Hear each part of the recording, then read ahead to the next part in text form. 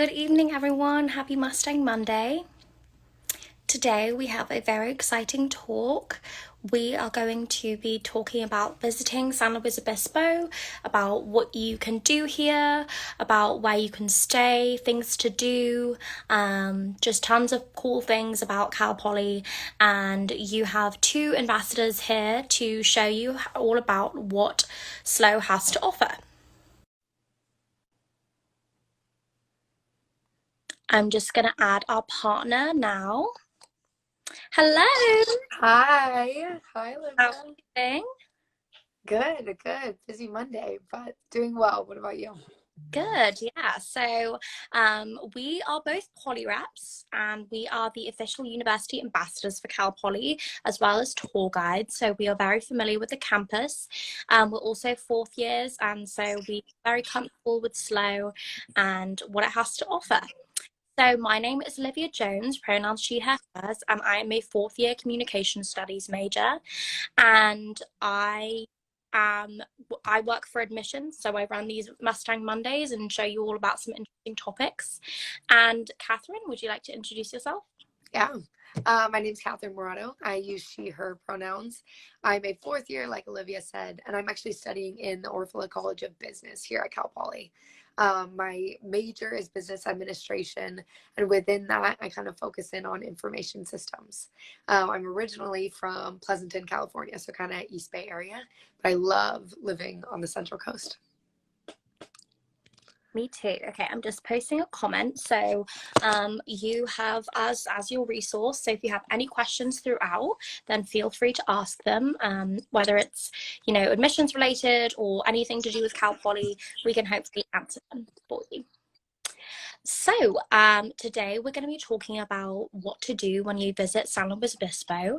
And first off, we have the most important thing, and that is tours.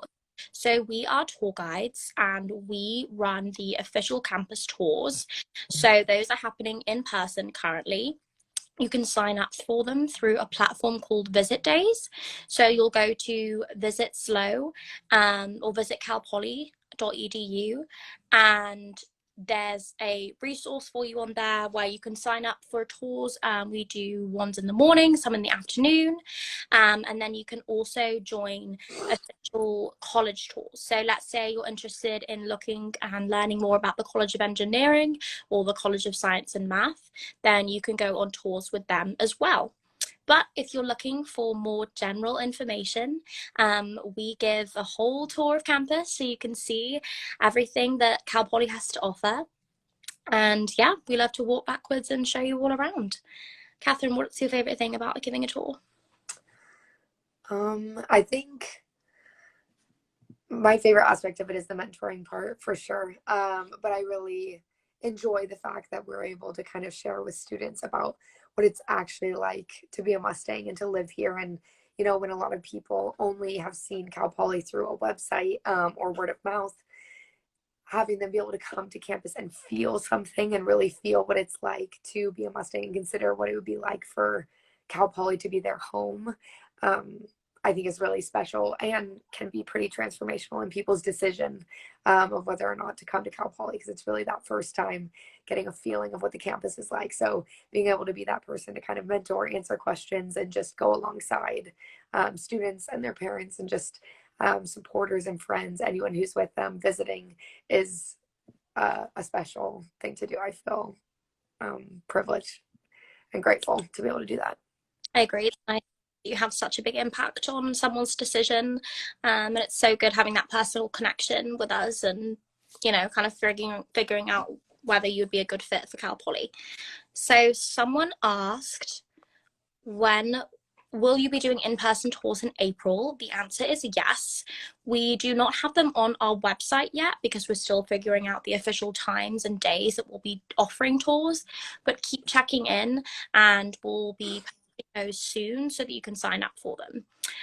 April is also when we have our open house, which is an awesome experience, one that I highly recommend. that was pretty much the reason I decided to come to Cal Poly. I visited SLO and Santa Barbara in the same weekend, and I came to open house, and there's tons of club booths. We give massive giant tours of campus. It's just a really good way to see, you know, tons of people and communities at Cal Poly all come out together. So I recommend coming to open house. But if you want to do just a regular tour and any day of the week, then you should definitely do that too. Yeah, tours are. Oh, sorry, what was that? No, you're fine. I just know that we were both at open house together. Open house. Yeah, you cut out a little bit there. Were you asking about my open house experience? Oh, yeah. Yeah. It was also the moment I decided I was a senior. My mom and I were going to visit schools, and we knew Cal Poly had the open house. First thing that won me over was the drive to Cal Poly from the Bay Area, but you kind of come down through the hills, and open house happens in springtime, so everything is gorgeous and luscious. So that was definitely my first wow moment, being hit by that natural beauty. But then got on campus and was totally blown away by the energy. Hundreds of students, perhaps thousands, out across campus at club booths, ready to talk to you. So excited for you and for your journey and making the decision. So ready to help you with anything you might need. I remember my mom and I just throughout the day made so many friends on campus, whether we were like waiting in line to get food and we'd meet students, or we were walking through the library, whatever it was. People were so welcoming, and that was definitely definitely directed my decision towards Cal Poly. And I think I actually committed that weekend. My mom said I couldn't stop smiling for a couple of days after, so I know, I was the same way. Someone also asked, when will decisions come out for the class of 2022? So you will hear definitely by April 1st. You might hear before then. They kind of do like rolling admissions through the month of March, or whenever admissions makes their final decisions. So you should hear before April 1st, but if not, definitely on or by then. And then March 1st is when you will make your final decision. So you have to decide where you'll be committing by March 1st. So, oh, May 1st, sorry. 2M months, get them confused sometimes. But yeah, it's pretty exciting. So just keep checking your Cal Poly portal. You'll get an email and then a notification on there. Another question, do transfer decisions tend to come out last? Yes, so transfer decisions often come up after fall and regular freshman decisions. So be on the lookout for more notifications and information about that. We have a Mustang Monday live about updating your transfer application with your current grades. So definitely check that out if you want more information about transfer application. So we also offer virtual tours. So if you can't make it to Cal Poly, doing a virtual tour, let's say you're from out of state or it just doesn't work with your schedule, that is a good kind of first look about the sort of basic information about Cal Poly. So even if you're not seeing the campus in person, you get to hear some cool learn by doing stories from our tour guides, and it's definitely worth it to do that, even just the basics. We also have self-guided tours, so you can come into the Welcome Center and they have a pamphlet and a map kind of directing you around campus, and you can kind of go to the buildings that you want to go to and talk to our wonderful Welcome Center staff, ask them any questions you might have if the official tour times don't work for you. So Catherine, where did you stay in SLO when you first, did you stay in a hotel? Did you stay in SLO, Paso Robles? Where did you stay? I can think of a couple places I stayed. First, a place I stayed multiple times was at there's a hostel in SLO, so it kind of does more communal living. It's a really affordable place to stay, and great community. When we first went, into the lobby, there's people playing music and games, and a communal kitchen, and nice bedrooms. It kind of looks like a home, so it's just a very intimate kind of experience. So I stayed there. I've stayed with friends when I've come into SLO who were, older students, and I've also experienced Hotel San Luis Obispo is a very popular hotel in the area, and I've experienced staying there as well and had a good time. It's right in kind of the base of downtown, so it's fun to be centrally located near a lot of the community members, and then you go to visit campus and you get that student experience. Yeah, definitely. There's a good range of different levels of luxury in terms of hotels and staying. Definitely. But definitely cool to stay with a friend if you can. If you have someone that goes to Cal Poly, it's cool to get that student perspective because you'll have more of an immersive experience. So I definitely recommend doing that as well. But also do that during our slow days.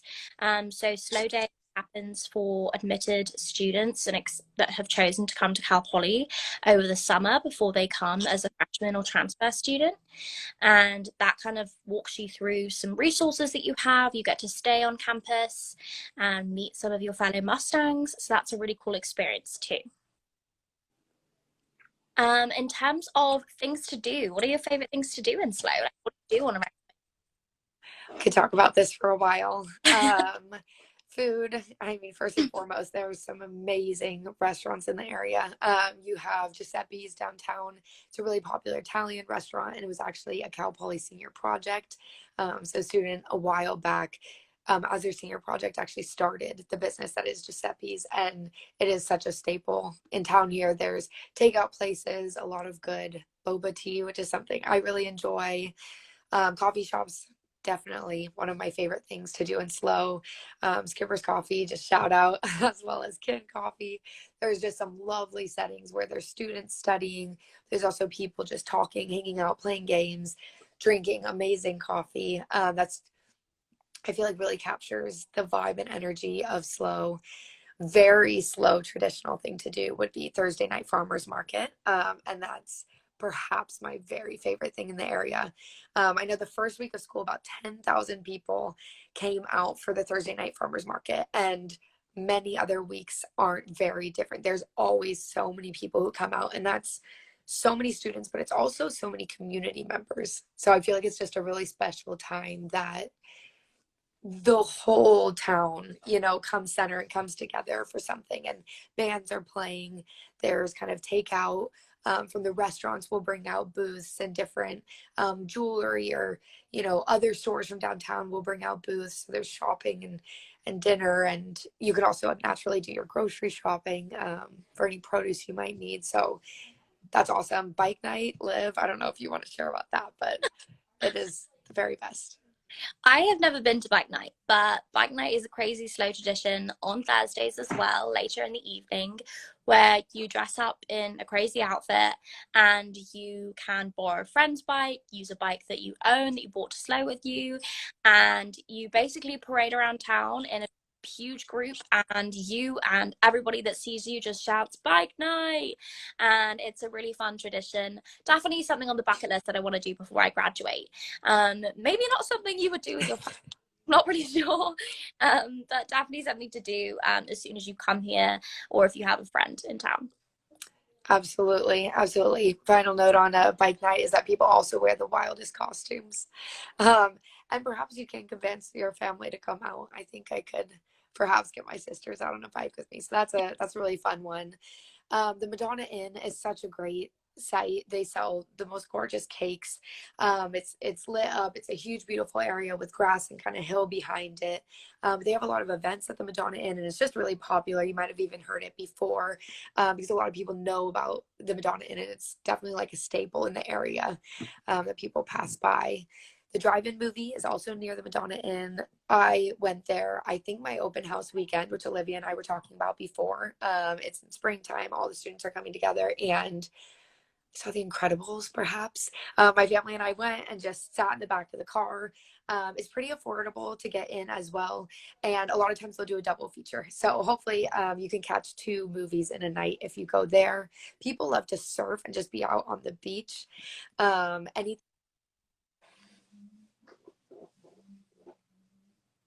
A great stop. Catherine, you've cut out for me. I don't know if that's the same for everyone else. Oh, you're back. Oh, good.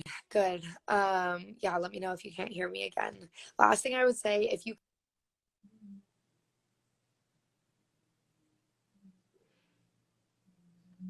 Okay, you've cut out again. I'll just continue on. Yes, surfing. We're one of the top surf towns in California. Tons of people try it out. You can use Polyescapes, which is an on-campus resource where you can rent surfboards and wetsuits, and you can try out surfing at one of our beaches. So we have 10 beaches within 10 miles, and each of them have their own personality, and I just love trying out all of the beaches and the different beach towns, and it's just a really fun thing to do, especially since we have such good weather here. Here she is, she's back. Hi, sorry about that. I don't know what's going on. No, that's okay. Let's answer a couple of questions. So someone asked, what would you say to a student who attended campus and was unimpressed with the buildings, didn't really like campus? What is it about the school would you say is the essence of Cal Poly? I apologize. Can I confirm? Not super impressed with the campus, wondering what makes Cal Poly special. Yeah. Okay. I wouldn't know faculty. Being a student here, that makes it really special, and vibes. So Olivia and I talked about this a bit, but coming to open house, you may feel how contagious the energy is. I think a lot of people's experience, and mine definitely, is that I've met so many people here at Cal Poly who are adventurous, love to go to the beach and be out in nature, are fun, really kind of social, outgoing, insightful people who also love to work really hard, are really ambitious, are achieving a lot of different things that I may never have even thought of for myself, but I see my peers doing them, and it's just incredibly inspiring. So I would just say there's just this really unique combination of qualities that really make Mustang special. And it can really be felt when you're on campus. I hope you'll feel that in your campus tour, if and when you come and visit, or at open house, if you get to come to that. Is an amazing time to really feel the energy on campus. That's one thing. Another thing I'll say is definitely the professors here at Cal Poly are second to none. I talk about this on every single tour I give, and it makes me weep sometimes. But the professors are so willing to go above and beyond. It's really not an isolated incident to have a professor drop everything to be there for you. I've had multiple professors over my college experience show up for me in ways that did move me to tears, and still does when I think about it, because they were so willing to pass beyond even the academics into like when I just needed support as a human being, or needed flexibility, or needed grace, like in certain areas, or just needed someone to talk to. They were there for me. So not only are they well equipped, more than equipped to teach on the subject matters and make students walk away feeling like they learned so much from the course and got so much out of it, content wise, academically, professionally, whatever like the subject matter is. But I also leave each class feeling very cared for and very seen, and knowing that I could ask my professors for help anytime and they would be there for me. So those two things for me make Cal Poly what it is. There's a million and one other things I would like to talk about, but those are the hardest hitting things. Yeah, I completely agree. And I think just some general advice is that, the campus obviously itself, as in the physical location, is important.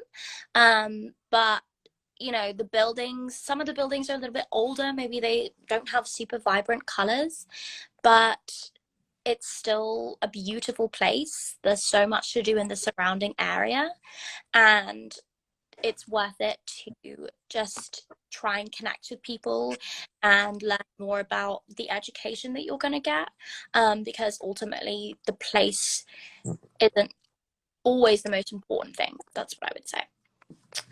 Another question, where do the student-led tours take you on campus? Do you see dorms, rec centers, etc.? Yeah, all of those things. We'll start you off at the Welcome Center.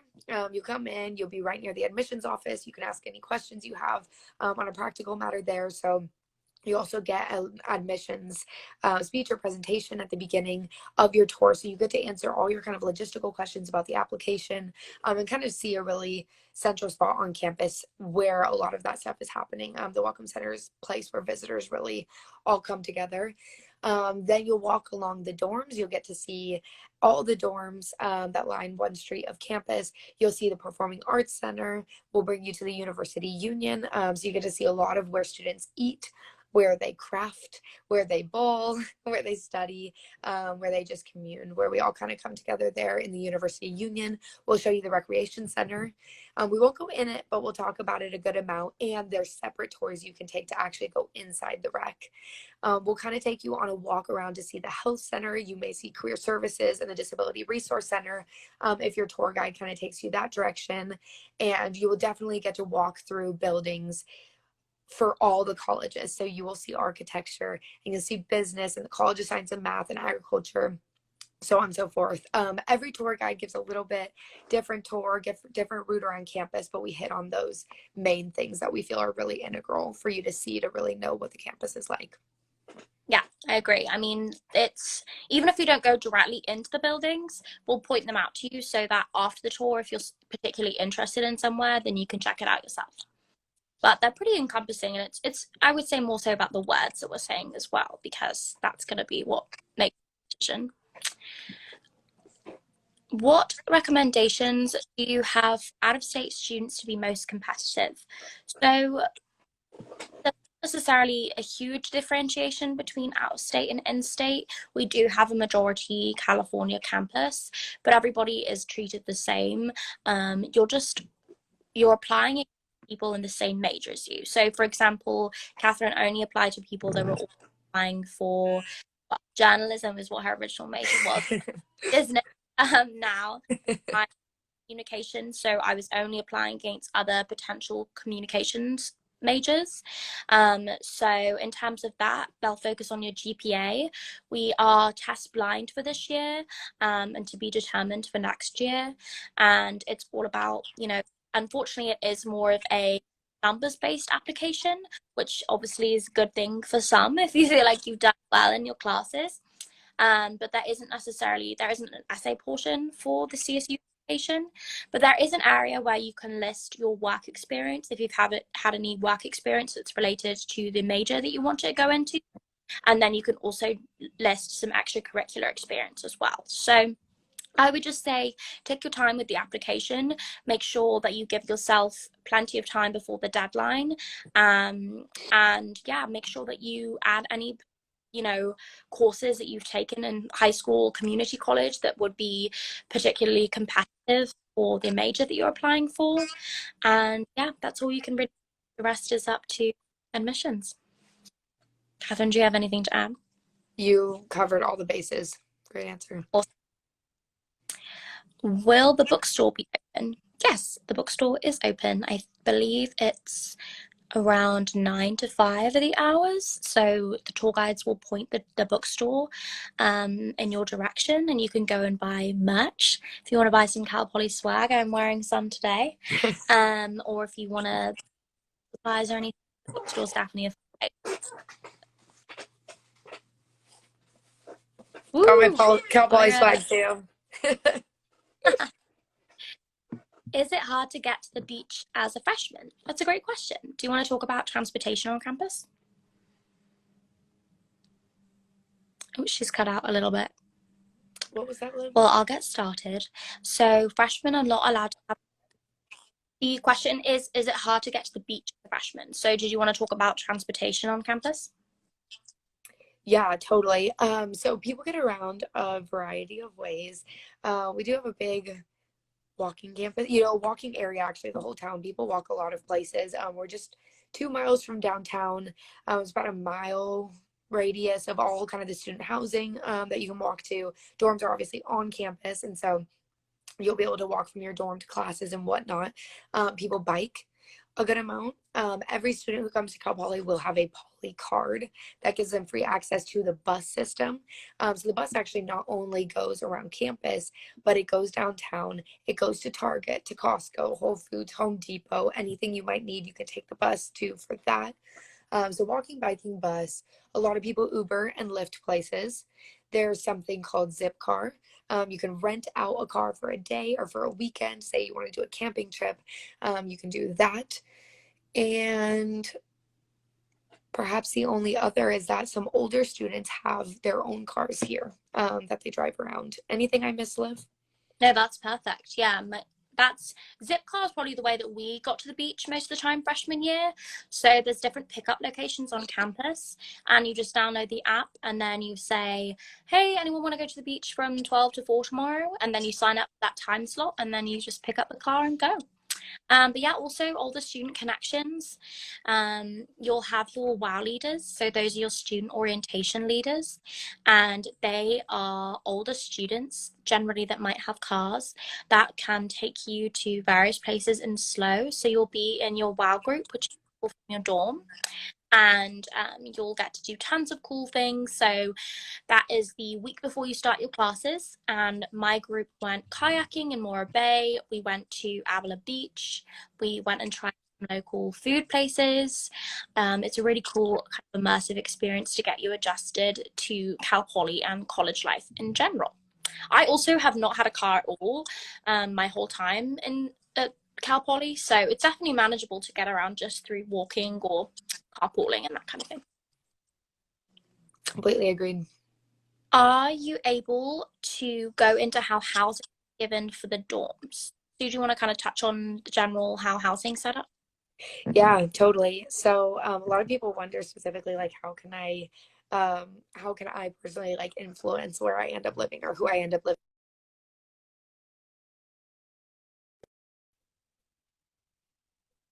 in residence hall. So they're themed. So instead of picking what building you want to live in, you would actually pick what themed housing you want to be in. And those themes will just have a lot of individuals who are like-minded or studying the same thing. So there's like the business dorms, and there's the liberal arts dorms. There's also the gaming dorms, and there's mindful living. There's substance free. There's the honors dorms. So it kind of covers a big range. So you can pick based on the theme or the people you think you may get along with. For example, being in the business dorms, ultimately, once I made my switch to studying business, I was able to study alongside them, walk to class with them, and that's something I really valued and enjoyed about my specific dorm. But for example, if you're very passionate about meditation or yoga or other mindful-based living things, mindful living might keep you with a community of people that you can really resonate with on that kind of hobby and lifestyle. So that's kind of how we split up students. As far as roommates, you are welcome to request certain roommates. You would agree with someone that you wanted to live together, and then the two of you or three of you would request formally through a form to live with each other. Or you can do just random. A lot of people do random and have very good experiences with it. And in that way, you wouldn't input any form. Cal Poly would just kind of auto match you with someone. Yeah. And what else about housing, Liv? Any thoughts? I mean, all freshmen live in the dorms, and then in terms of second year housing, there's certain communities that are required to live on campus for 2 years. So, for example, the College of Engineering, Architecture, one athlete and Cal Poly scholars are going to live in our second kind of upper class housing, and that is called Poly Canyon Village and Sarah Vista. And those are on-campus apartments. So you'll be kind of upgraded to an apartment style living with a few other roommates. And yeah, if you're part of those communities, you'll 100% be living in the dorms again, but you can also opt living there if you want to as well. I think you kind of followed up and said, amazing, thank you. So you have a choice to a certain extent. So yeah, you do kind of have a little bit of a choice. I mean, who you're going to live with. But all the different dorms have pros and cons. I was, to be completely frank, nervous when I was placed in the red brick dorms with two other roommates because the rooms were small. I thought, new dorm, but I ended up loving it, and they're still two close friends of mine. So definitely it's kind of what you make of your experience. So I wouldn't stress too much about the situation. Completely agreed. My buildings, I had no clue what to expect walking in, and that's all I'll say about that. But ultimately there's 60 people in my whole building. It's one of the smaller dorms. These are the towers. Yosemite are the ones I lived in, and because it was just 60 people, 20 people for 3 floors, we got so close. And those friends that I made in the dorm are still my closest friends today. So I loved living where I was, even though I wasn't, totally positive about it at first. Yeah. And then the only other thing I was going to say is that as a second year, you could choose to live on campus, but a lot of times second and mostly third and fourth years also choose to live off campus. And if you come to campus, you'll see, if you spend some time in the neighborhoods directly bordering campus, you'll notice that it seems a lot of students are living in that area. You'll see a lot of students walk around, and it's kind of our own little town bordering campus there, of people in townhomes and apartments and houses. Yeah. Someone also asked, how big of a deal is it to switch roommates if it's working out with them? So, I mean, it does obviously happen if you have a random roommate, or even someone that you choose at the time. Not everybody is going to live well together. So I would say, if you give it a chance and you talk through things and it's still not working out, you can talk to your RA, your residential advisor. So that's going to be the person that lives in the dorms with you, that's a student. And then from there, you'll go into university housing, and then about how best you can figure out the moving out situation and potentially get a new roommate, or kind of see how things work. So it does happen, but I would say not to be nervous about it until it happens. And there's definitely ways that they'll make sure that you feel happy with where you're living. So are most things walking distance, or would you say you need to Uber/commute a lot? What would you say, Kat? Oh, she's paused. So I say that it depends. I mean, as a freshman or first year, you will be on campus most of the time, in which case you'll be walking everywhere on campus. But if you didn't want to walk downtown, I mean, we took the bus downtown, so I never Ubered that. But if you wanted to go to, say, a friend that you meet that lives off campus, you might want to Uber there. Depends if it's at nighttime or during the daytime. But honestly, I would say that most places are walkable.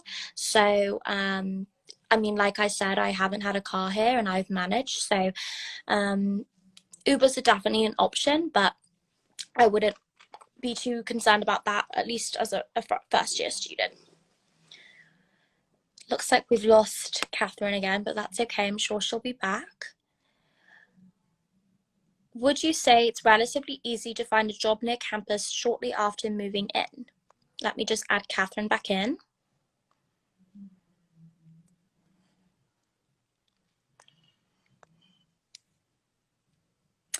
Okay, you're back. Can you hear me okay?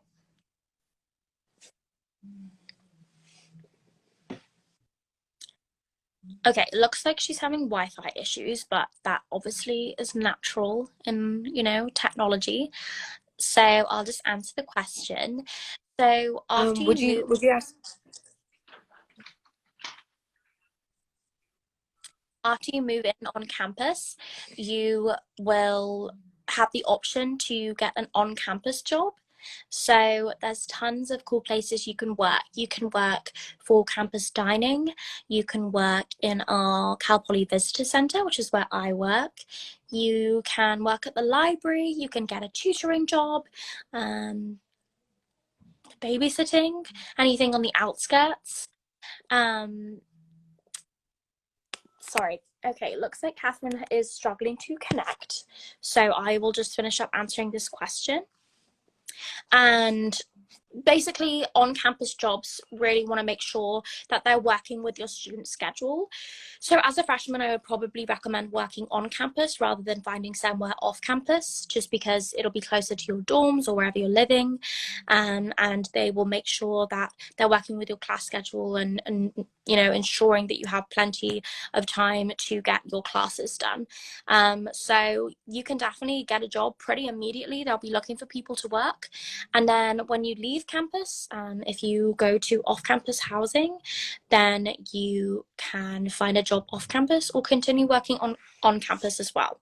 It's a great way to make some money during college and make sure that you're financially stable.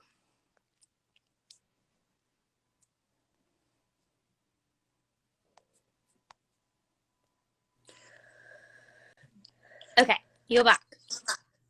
Hi, so sorry about this. It's awful timing. I have 3 bars of Wi-Fi, so I'm not sure what's going on. That's so I just asked a question.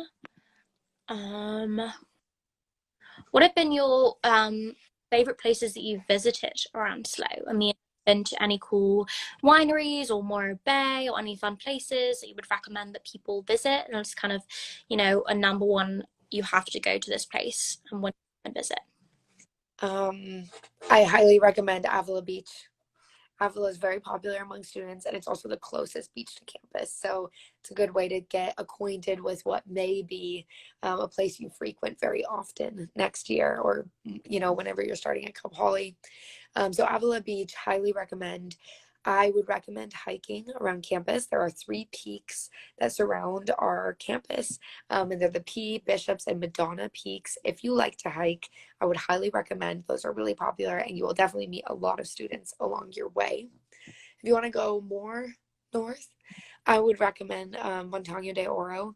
It's a gorgeous state park right in our backyard, about 20 minutes away from campus, with amazing hiking trails, amazing sunset spots. There are dunes you can lay out on and just get your beach experience for the weekend. That's a gem of San Luis Obispo. That would probably be my most recommended.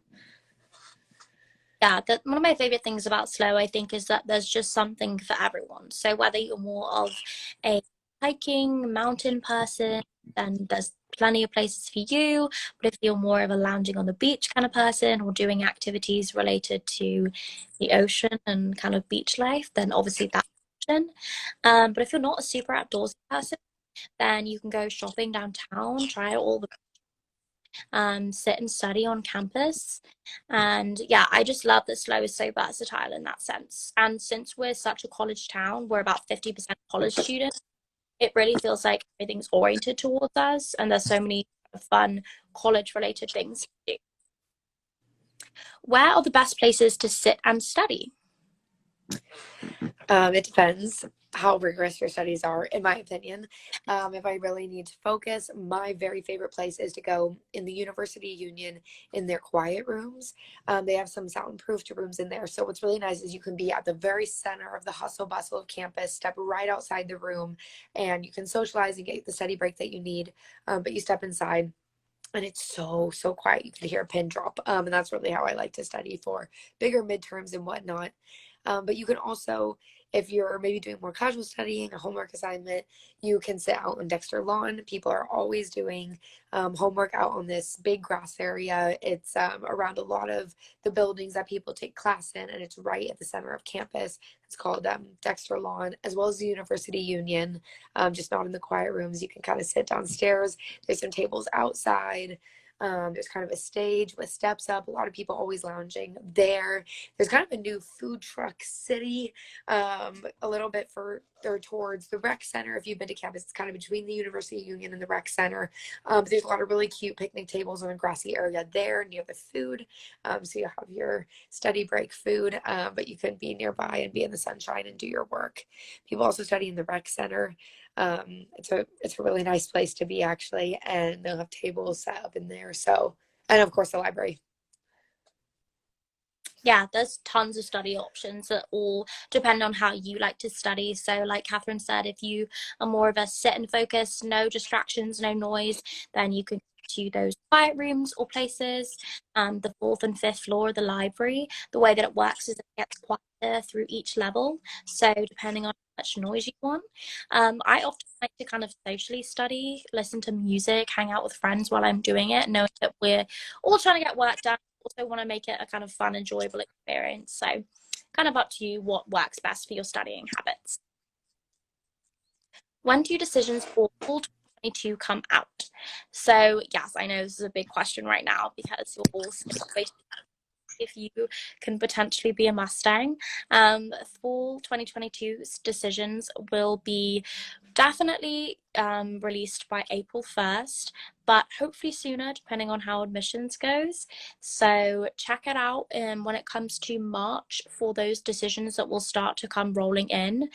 And you'll definitely get them by April 1st on your portal or through an email, but could come sooner. So it's unfortunately just kind of a waiting game at the moment, but interacting with spaces and things like this to see if you like Cal Poly is a great way to, you know, keep that excitement going and figure out what the best college would be for you.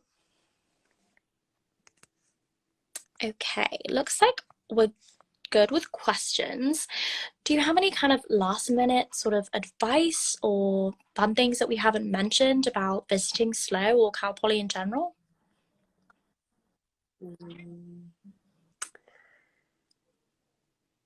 I would highly recommend visiting SLO. You know, if you can, just I guess very overarchingly that it's just a lovely place to be, whether you end up going to school here or not. It's really special to see the area.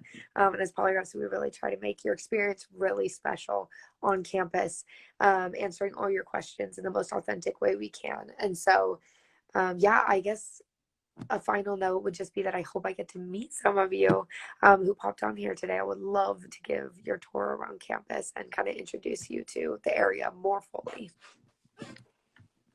Yeah, on that same note, just that, you know, no matter what colleges you apply to, definitely try and visit them if you can, because I was convinced I knew where I wanted to go to school, and then Cal Poly really just solidified that this actually was the place for me. You can say so much by just the gut feeling that you have about the energy and the resources and everything that you see, and the surrounding area. So visiting is just highly recommended. Someone asked, if you study engineering, is there enough time to have a social life and opportunities to socialize? So we're obviously not engineering majors, but we have lots of engineering friends. I live with 2 engineers, and as much as they definitely work hard and, you know, spend a lot of hours studying and in class and in their labs, they definitely have enough time to socialize and do everything that they want to do as well. So it's all about balance, and there will be a learning curve, especially as a first-time freshman or transfer, kind of adjusting to the quarter system and your studying schedule. But it's all about kind of how you frame it and how you balance out your schedule. But it's definitely important to have that good balance so that you can, you know, go to club meetings or hang out with your friends and go and visit places. So yeah, I would definitely say that there is time to socialize, no matter what your major is. Yeah, I highly recommend seeking out mentors where you can in your area of study, finding older students who you can ask questions to and can share with you maybe how, as an engineer, they navigated balancing social and academics. I think having someone who's kind of been through it and who's experienced a lot can be a really helpful way for you to kind of fast track your journey to just really balancing what it's like to just like live and be social and do life on campus, as well as the academics and professional development that we're here for. Yeah. So thank you all so much for joining us this evening. I hope we have been helpful in answering any questions you have. I highly recommend tuning in every Monday at 6 p.m. to the Cal Poly admissions account, because we do so many cool kind of presentations and talks with various people on campus, and you can get insight into any sort of little thing you're passionate about. We also will have all of these posted both on our Instagram page and on our YouTube channel. So if you didn't get the chance to watch this whole thing, or if you want to refer back to anything we said, definitely check them out on there. And yeah, good luck to everyone that's applying or already applied. And thank you so much for Catherine for joining me this evening. It was my pleasure. Thank you all. Thanks, Liv. Bye, everyone.